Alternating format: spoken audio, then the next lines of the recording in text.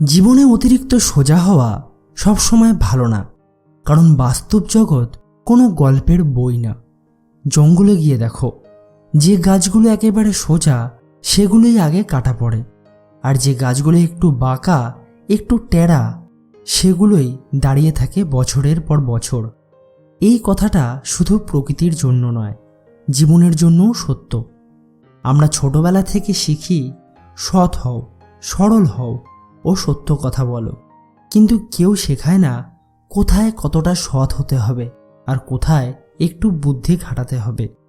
তুমি যদি সব জায়গায় নিজের সব কথা খুলে দাও, সবাইকে বিশ্বাস করো, না বলতে না পারো, তাহলে তুমি ভালো মানুষ হতে পারো কিন্তু বাঁচতে পারবে না। এই পৃথিবী সোজা মানুষকে ব্যবহার করে, আর বুদ্ধিমান মানুষ পরিস্থিতি বুঝে নিজেকে বাঁচায়। মনে রাখো, সততা একটা শক্তি, কিন্তু অন্ধ সততা একটা দুর্বলতা। তুমি যদি প্রতিটা মানুষের সামনে নিজের দুর্বলতা দেখাও, কেউ তোমাকে সাহায্য করবে না, বরং সেটাকে তোমার বিরুদ্ধে ব্যবহার করবে। তাই জীবনে দরকার দুটো জিনিস, একটা হলো সৎ মন, আর একটা হলো বুদ্ধির ব্যবহার।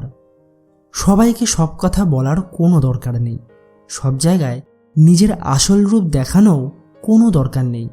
কখন চুপ থাকতে হয়, কখন কথা বলতে হয়, এটাই আসল স্কিল। যে মানুষটা পরিস্থিতি বুঝে নিজেকে বদলাতে পারে সেই টিকে থাকে, আর যে শুধু এইসবের তোয়াক্কাই করে না সে একদিন ভেঙে পড়ে।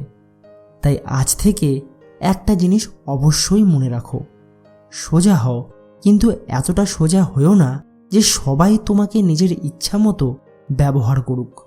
কারণ জীবনে টিকে থাকতে হলে শুধু ভালো মানুষ হওয়া যথেষ্ট নয়, স্মার্ট মানুষ হওয়াটাও ইকুয়ালি জরুরি।